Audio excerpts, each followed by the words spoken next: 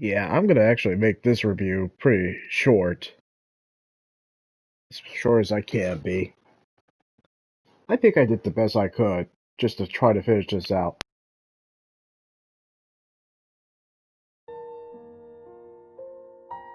Yep, still showing that.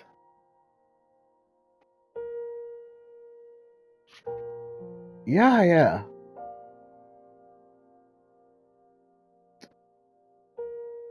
I really had to think about this one, so good morning, good afternoon, good evening, whatever time zone you're in. Well, this is not a walkthrough. Well, it would have been a walkthrough, and this is certainly not a playthrough. Guys, guess what? This is the verdict video. Now, for anybody who's been stick with me since the very first video of Lost Sphere. Okay, well, anyway, this is the first video of Lost Sphere. But if you've been with me since the first video, or you just kind of been watching me gradually with this playlist, I couldn't finish everything, and I know I couldn't. And it's because I just didn't have the time to completely finish everything. I was close, because interesting enough, there's a playable epilogue that goes past the ending, the supposed ending. So that kind of interests me. But we're gonna definitely make this short. I have a lot of negatives about this game, but I got a few positive. So in terms of out of 10, well, okay, I'll explain what I do in every video. I'll talk about the negative first, and I'll talk about the positive. And then I'll kind of talk about what's my score. Either I'll talk about it towards the end, or I'll talk about it at the beginning. You kind of know my stick. And then I'll briefly talk about the schedule, because, yeah, that kind of sums it up. So, let's just jump right to it, because I'm ready to be done with this game.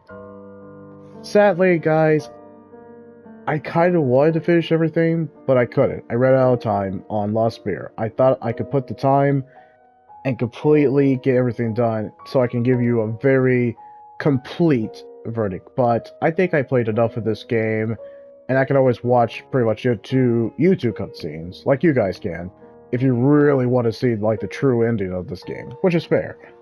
Okay, well, let's jump right to it. Okay, so the negative of, or let's give the final score of Lost Spear. I was gonna straight up give it like a 4 or a 5. You know what generally surprised me? I'm giving it a 6 out of 10. I'm kicking myself because I don't think it deserved a 6. I really don't think so. But there were a few positives that I could give it a 6, and it's appropriate. It should have really got a 5, but say la vie, here we are. Okay, so why did it get a 6? Here's the negative. Before we even get to this section, the playable epilogue, or basically where the plot gets interesting, you kind of have to go through a main story that is just so full of RPG, and not just RPG, it's just full of cliche lines that you have seen in thousands and thousands of other games. This is nothing new. It is, you have to have the mental fortitude just to get through this boring freaking main story. I cannot stress that enough. It's not interesting until the very last half when you're fighting Chrome. Otherwise, you've seen the power of friendship. You've seen the main character, even though that was a good twist. You've seen a town getting nuked. You've seen the main character die. You've seen the Empire being absolutely bad. All the moments that happen in the main story, just like, we'll call it main story A, you've seen before.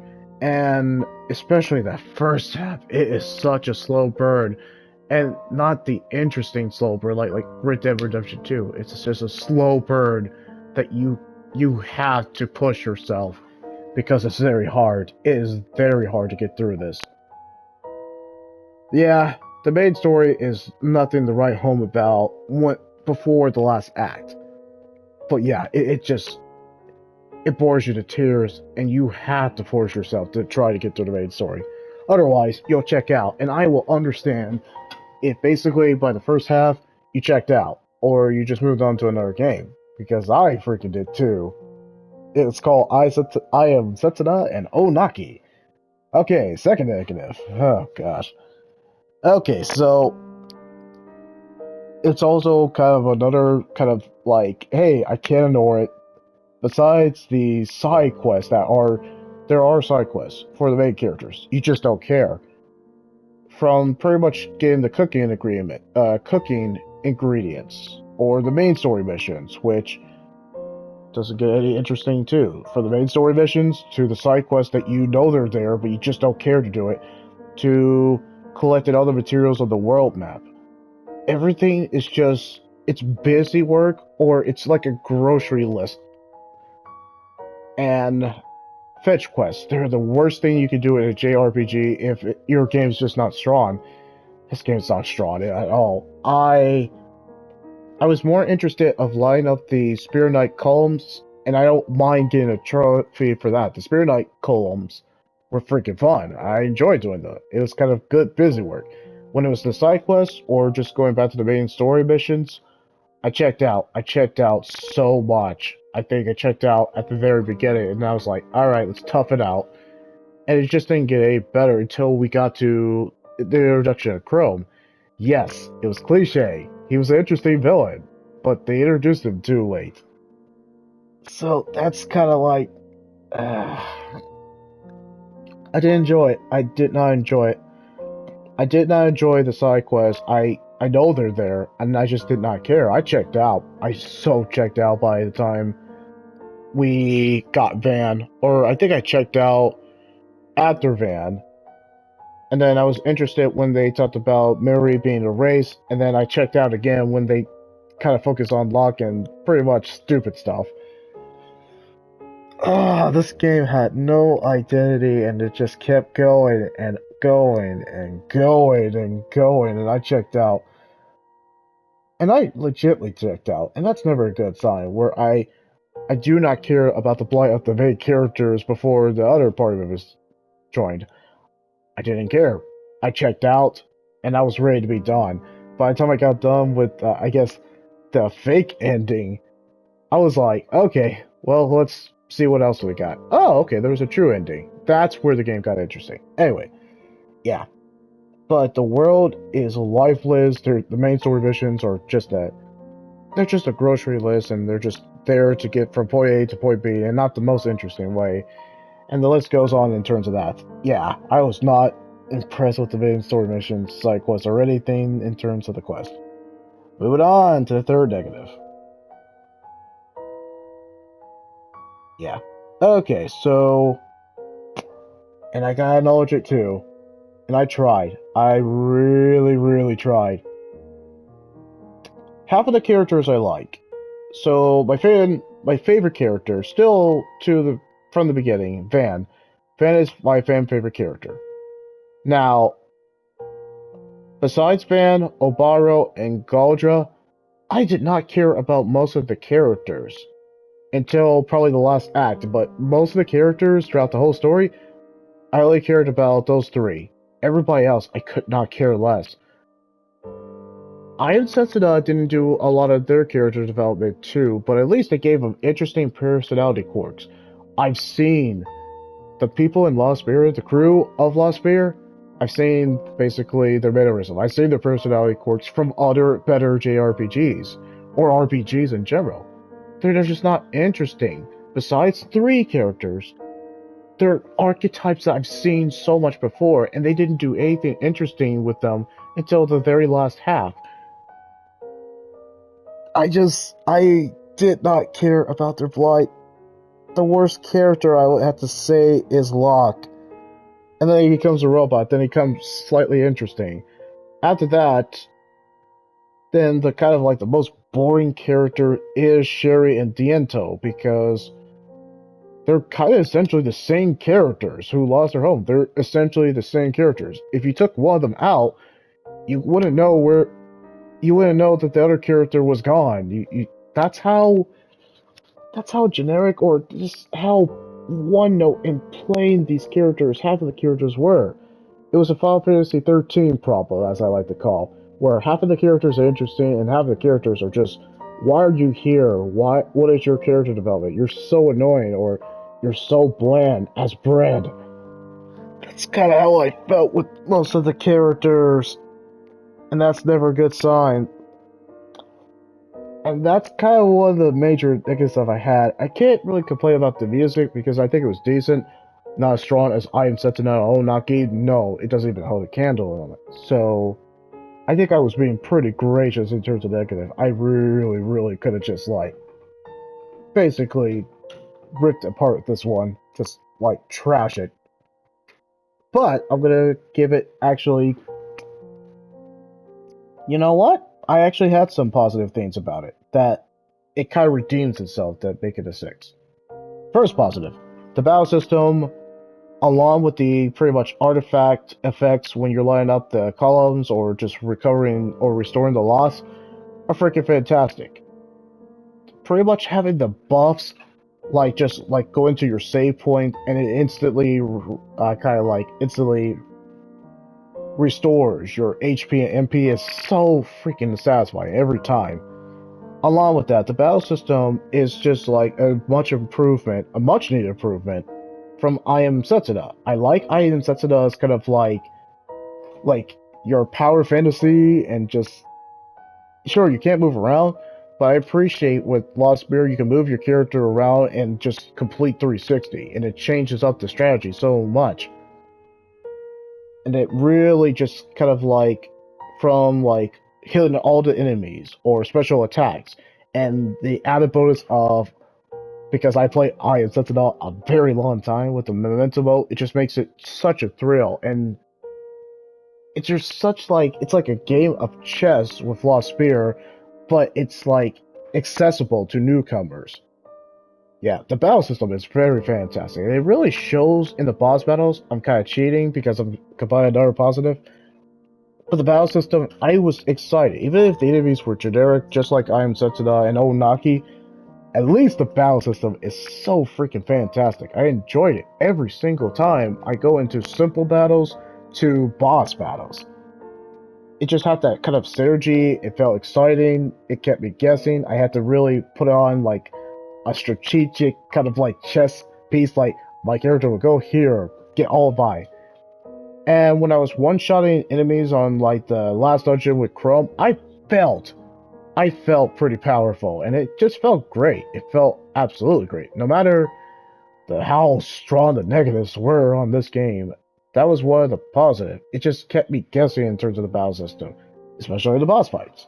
So yeah, kudos. And then with the artifact effects that we did, and we spend time on that, it just kind of enhances the experience and gives you some really solid buffs and makes you just OP by the end. So yeah, bravo on the battle system.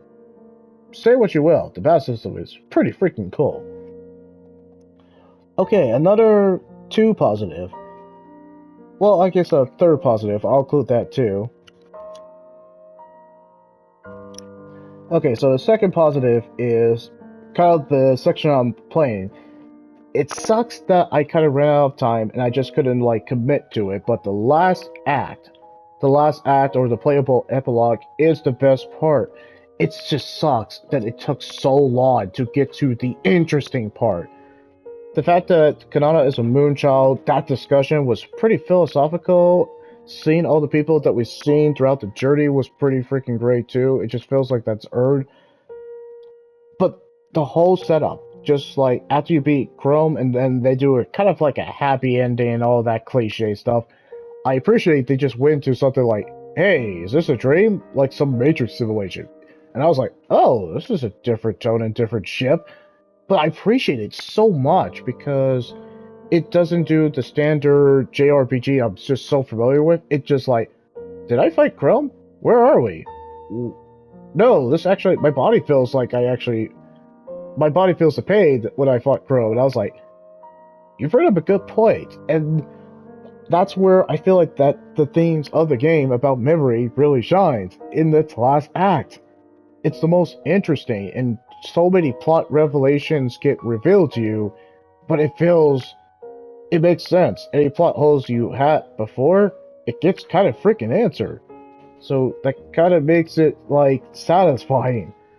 It's just too bad that I didn't complete the pretty much the final act because I feel like it would have probably put a neat little bow for kind of a very meandering plot. A meandering, slow burn plot. But this, it's the last act, the very final act. It just makes everything so unique and kind of cooler. I like the last act. It's very strong, so that's a second positive. Boss fights are pretty delightful. I'm very surprised. Say what you will about Tokyo RPG Factory's kind of like common enemies. At least their boss fights are fantastic. And this one's no exception. From the opening one to pretty much specific ones, there's not all the boss fights are uniquely different. They just keep me guessing. You're Whenever you go to another boss fight, it's not going to be the same. You actually have to utilize the fantastic battle system to give yourself an edge. There are no pushovers. They can be slightly easy, but they're very creative too. So yeah, excellent boss fights across the board. Wasn't disappointed in that. I thought that was pleasantly good. Extremely great. And the last thing, I think Chrome is a great villain. I just don't think we had enough time to spend time with him, but I think his introduction and for the time we got him, I think Chrome's a great villain. Even the flashback, taking all that time to flesh out his backstory was actually needed. And even though it went cliche territory, I just felt like that was really well done in terms of just Chrome as a villain. Not disappointed. And yeah, that kind of sums up my positive and negative. I think 6 is appropriate. I think it's more than fair. And what is going to be the schedule going for this week? We are going to take a legit break. So no streaming pretty much today and pretty much Wednesday. Possibly, tentatively, we're going to do some streaming, but it's going to be on the new games from PlayStation Plus and Extra and Premium for PlayStation. Well, I guess for February of this year. So that kind of sums it up. We'll just kind of like finish the new games. And after the new games, then we'll actually talk about what's going to be on the schedule. So, of course, you can hit that like, comment, or subscribe. What's been your favorite Tokyo RPG Factory? And guys, here's my ending phrase. And have a good morning, good afternoon, good evening. And stay tuned for more video game content. You already know the spiel. I'm finally done with this game. I'm going to just watch the ending YouTube cutscene probably later and just spoil it. I do not care at this point. I do, but I'm not going to put the effort.